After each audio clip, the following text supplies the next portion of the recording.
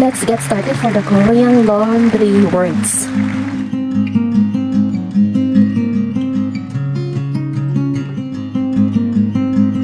Okay, please dry clean this for me. Okay, dry 해 주세요.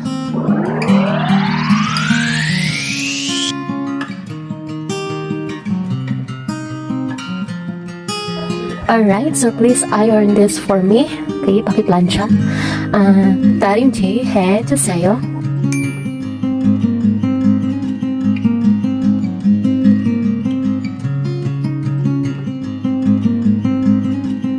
Alright, so please make this longer.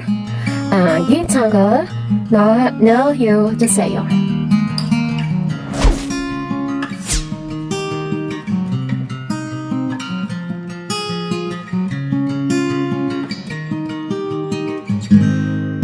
Alright, so please make this shorter. So, tawag po dyan ay 기차가 좋아요 주세요.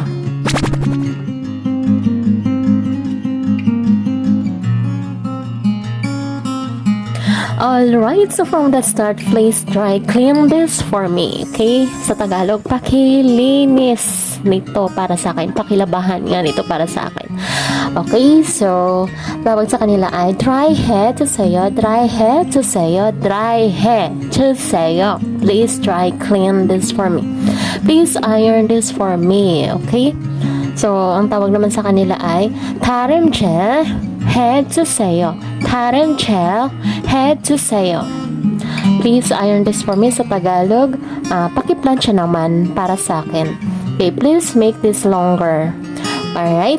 So, 지창, okay, 지창크 넣어요 주세요. 지창크 넣어요 주세요. Please make this longer. Okay? Then, please make this shorter. Kung dito longer, dito shorter naman. Dito pakitagalan. Ito, pabilisan. Okay. Then, tawag sa kanila ay, 생각, okay? 지창그 저요 주세요. 지창그 저요 주세요. Again, 지창그 저요 주세요. Please make this shorter. And the last one, please sew on this button. Okay? Pakitahi naman itong button. 단추 달아주세요. 단추 달아주세요. Please sew on this button. Alright, so thank you so much guys. I hope nag-enjoy at na-inspired kayo sa aking bagong videos. Please hit the notification bell para update kayo upcoming videos. And please take care everyone. God bless you all. God bless you all. I love you all. 사랑해 사랑해 감사합니다. 준호팀 고마워. 안녕.